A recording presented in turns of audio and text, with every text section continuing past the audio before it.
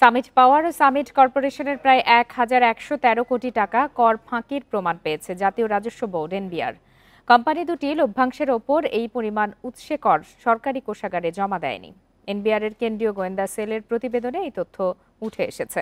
এর মধ্যে সামিট পাওয়ারের মালিকানা প্রতিষ্ঠান সামিট কর্পোরেশন লভ্যাংশ প্রতিশোধে ২০% উৎস কর এবং সামিট কর্পোরেশনের শেয়ার থাকা সিঙ্গাপুরে নিবন্ধিত সামিট পাওয়ার ইন্টারন্যাশনাল তার লভ্যাংশে ১৫% উৎস কর ফাঁকি দিয়েছে বলে অভিযোগ আনা হয়েছে।